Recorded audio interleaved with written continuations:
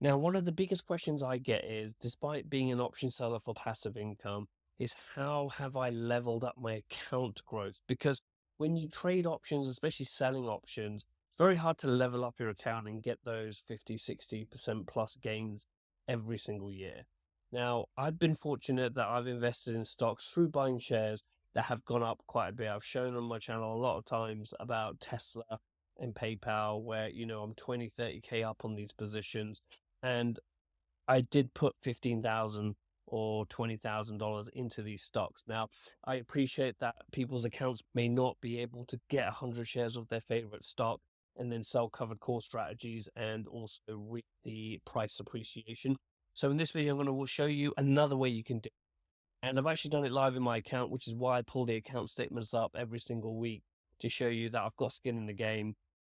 And we'll go through an example of how you can take the techniques that I'm applying in my own trading account to your own trading account. Like I said, if you've got any questions, comment down below and make sure you like and subscribe, because we'll be going through this whole journey on this particular stock, and hopefully I'll be doing more of these in the future.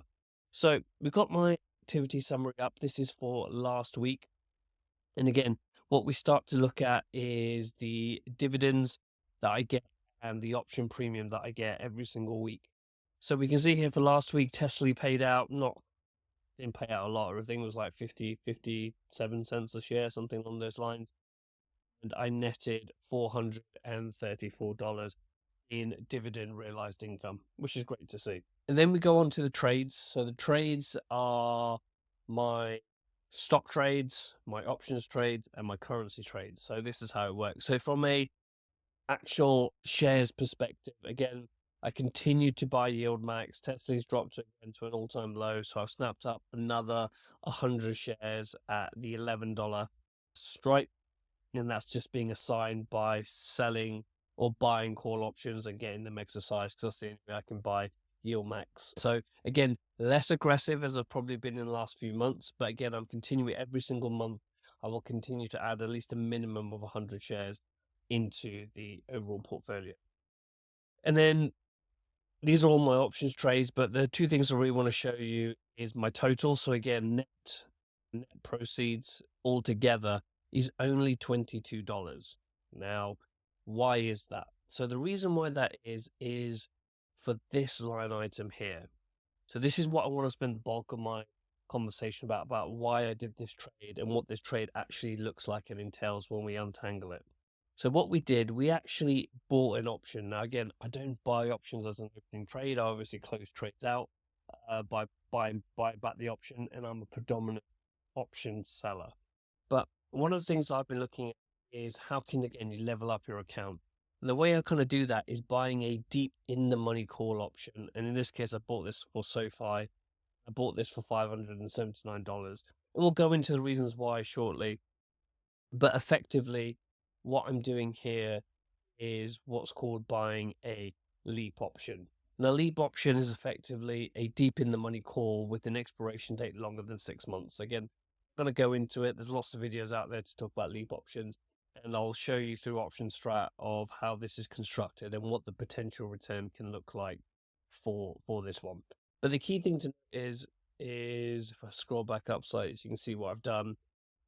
This week I made $40. Well, in terms of opening option selling trades, $40 on Misty.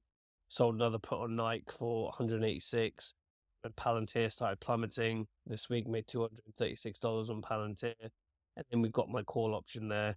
And then obviously I paid $8 to get the Tesla position. So again, even though I bought this for $579, for the week, I'm still cash flow positive. So these options positions here, which again, I'm happy to be assigned all of these contracts if they do go against me. Predominantly, I'll end up managing these positions.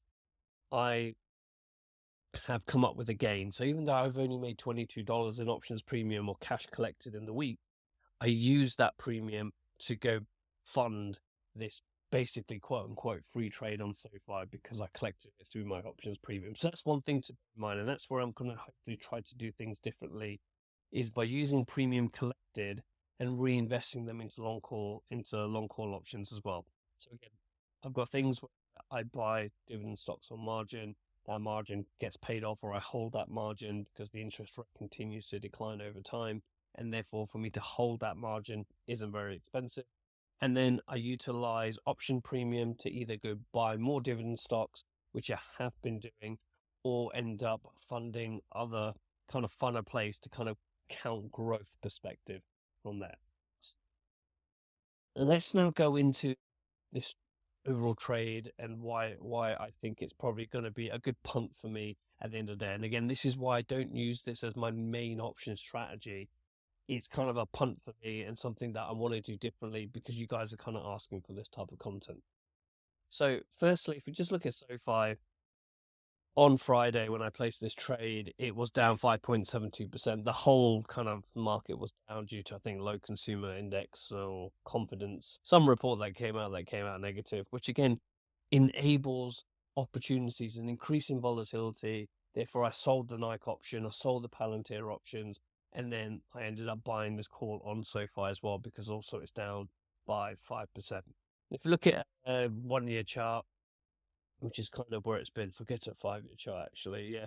So again, it had highs of 25, and these are again back in 2021 where things were just silly. Then went all the way back down and kind of made this kind of peak again. And if I just look at this peak, it's 17.92. So we'll call it around the recent highs of around $18, and that's quite important.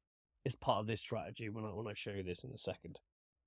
So if we go back and look at what we've done, we have bought 18th of June 2026, which is what, a year and a half away, the $12 call. And SoFi is currently trading at 14.67. So again, we're looking at buying a call deep in the money that is, a year and a half plus into the future. So what I've got here is Option Strat. Again, Option Strat is completely free. Again, the link is down below if you guys are interested in creating an account. And what this does is it's another visualizer effectively of how options are kind of built. So we can see here, we've got the 1467. And what I've done is I've plugged in my details over here. And we've got the $12 call. And I've saved this trade with a 1.1% down return since the 22nd of February when I just did this. And you can see here that the net debit I've adjusted to 579. Go back over here, it cost me $579. So my maximum risk in this trade is the 579. And when I say it's free and it's a punt, is I've sold those options for whatever. I made $22. So I made about $600 in the week, which is kind of paid for this one to do. In terms of SoFi as a company, it kind of is what it is. People think it's going to 200, 300 in the next few years. It's already kind of profitable. And at the end of the day, for $600, don't really care, to be honest. So it's just more of showing you guys, I want to do it on a cheap stock, and then let's see how this thing goes over time. So if we have a look here, some of the metrics. So my delta is 76.6. So I think I looked at the 75 delta. That is the kind of common conception between people on YouTube, and when you read about LEAPS, between 75 to 80 delta is kind of the in the money where you want to go. So that kind of gives you a guide of where you want your long strike to be. So that ended up being around the $12 strike. And if you scroll down here, this is the bit that for me gets really interesting. So this is the date of expiration based on the current implied volatility. And what you'll see here is at the close, basically in a year and a half, what does the P&L kind of look like? And if we go right down to here, you'll see that your break-even point is above 17.79. So where did they get $17.79? So it's basically your call price, which is 12, plus $579. So you add these two together, or $5.79 per share, it gets you to 17.79, the point of expiration. So this 17.7, keep this in mind for a second, because this will become quite interesting as we talk about ways on how we can generate income off of this, or how we can get out of this position for a profit.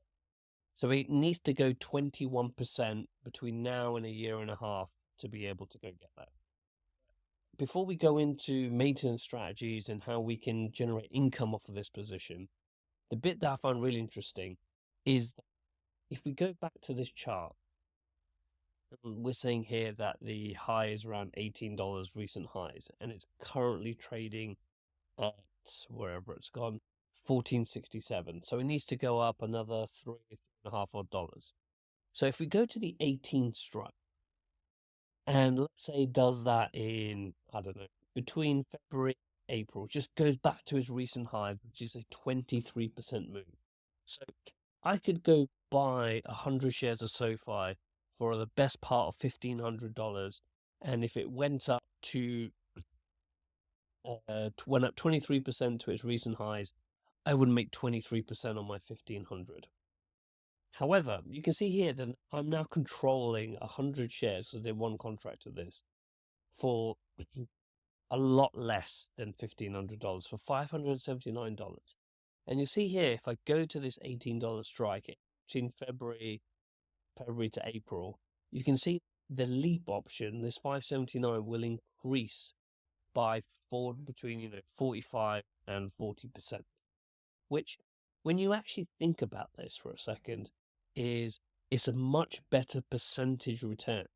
Now, people were saying, but you'll make more money on the absolute number if you just held the shares. But let's say you've only got a £5 account, right? You don't want to put 1,500 into SoFi. I could quite easily get 3 contracts of this, which is roughly around 1,500, and still control 300 shares and make 40% return, as opposed to the 28% return or 23% return if I was to do it this way. So what I'm trying to explain is, for the fraction of the cost, you can, through the concept of options and leverage, you can make a lot more money.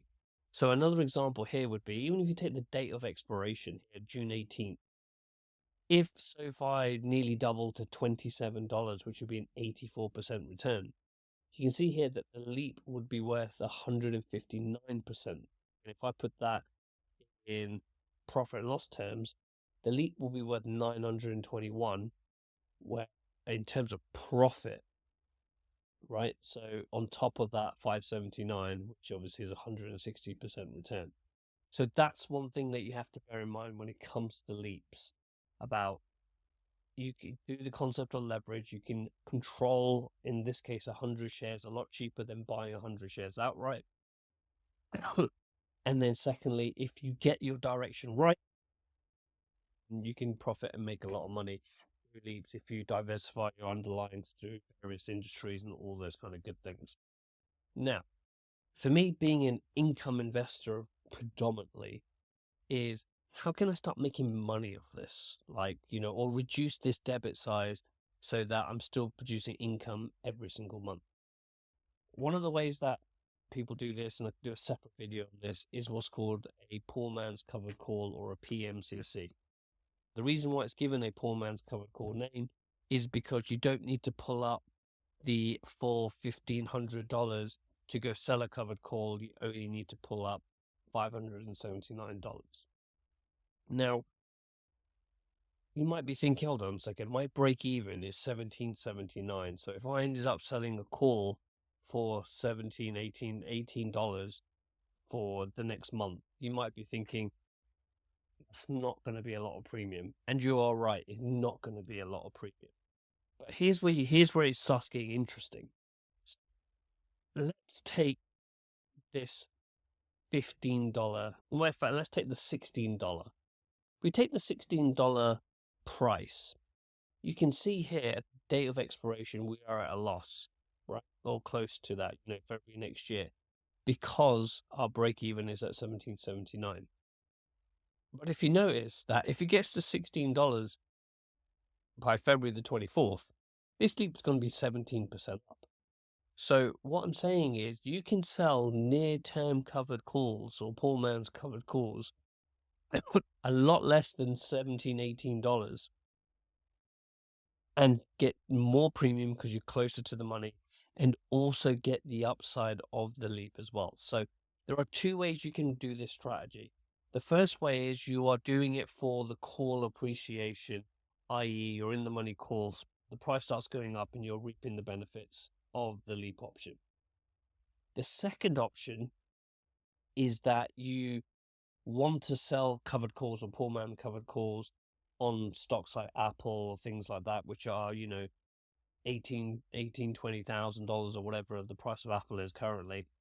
But you can do this by getting in a lot cheaper by paying around a third of that price, and then start selling near-term calls for premium, which that premium can use to offset the debit, or again, you can use it as income if you've just taken this in as a cost, or however you're kind of trying to play inside your own working. Now, what I like to do is use the best of worlds. So because it's one contract and selling a 16 call a month out will only probably be like $20-$30. So in the grand scheme of things, it's not a lot, but in the grand scheme of things of this debit, it's nearly about 10% of the debit value. So it's kind of worth it. Where my head's at is I want the stock to start pushing in the direction first and then start doing near-term covered calls, because A, volatility on the call side will be higher, so you get more premium.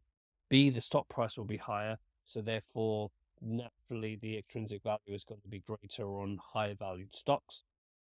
And thirdly is if there is a big push up and you did this early on, you're kind of capping your upside with what a covered call strategy is. But if it's already made that pop and then you start doing the poor man covered calls on it and it pops again, you've already made a decent amount of premium or return on that leap option. So this is where the beauty of this strategy comes in. You can level up your account because, again, doing a 50% return only needs to go up 23%. So this is where the leverage comes in. And then after it's made that move, you start selling covered calls or poor man cover calls on that position, or you can do it early. So at the moment, I've got no, as you can see from my account management for my trades, I don't have a SoFi call. I do have a SoFi put, which expired for this. And you can see here, just selling the 11 put. Don't know where it was at the time. You know, made $27 realized income from that. So I will eventually start selling calls on SoFi, but my plan is not to do anything. And I've got time on my side, as you'll see inside the theta. It's losing, you know, $42. It can't be $42 a day. Oh, it's losing $4 a day. Sorry, this option is losing from just the state's decay. So I've got $500 in there. I've got $500 in there, or 572 or whatever the debit was. I'm only losing $4 a day in terms of theta. So I've got time on my side. I've got low gamma, which is all. And like I said, that delta is sitting at the 78% delta. And all that's saying is that there's 76% chance that your option will be in the money at the day of expiration. So this is the concept that I wanted to explain to you guys. Have a think, have a look. I'll be doing more. I've been thinking about Coinbase as well. It's a bit more expensive. So if we just look at Coinbase very quickly. It dropped again, 8%. Volatility on Coinbase is lowest it's been for a while. So let's have a look to see what 195 is. 195 is roughly about the 75 delta. So again, instead of spending 19 and a half grand, you're spending around 50% of that, so about 9 grand to control 100 shares. And again, you can see a 50% move is 111% return,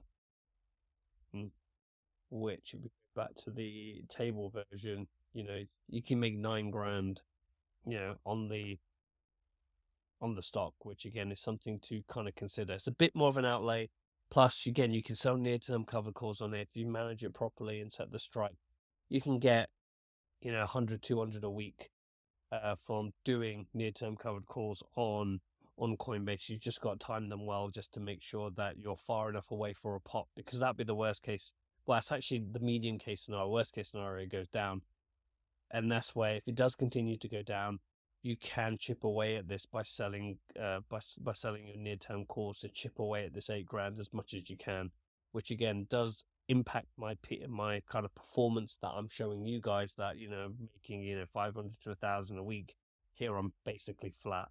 But again, if then Coinbase takes off, SoFi takes off, I've been looking at it at Nike. You guys know I'm looking to get into Nike now for a while now. Again, sold another put at 70, Went down to 68. I wish I bought a leap option on it because it's now rocket back up to 76, I think it is. So again, these are ways that you can take that short-term price gain in a short period of time and make a couple of grand on a 3 grand move. So this is where we need to kind of understand what is the objective of your trading strategy. So again, I'm just trying to diversify outside to get that account growth as well, paying for it through my natural day-to-day selling of options, because that's where again we can leverage that money in the longer term.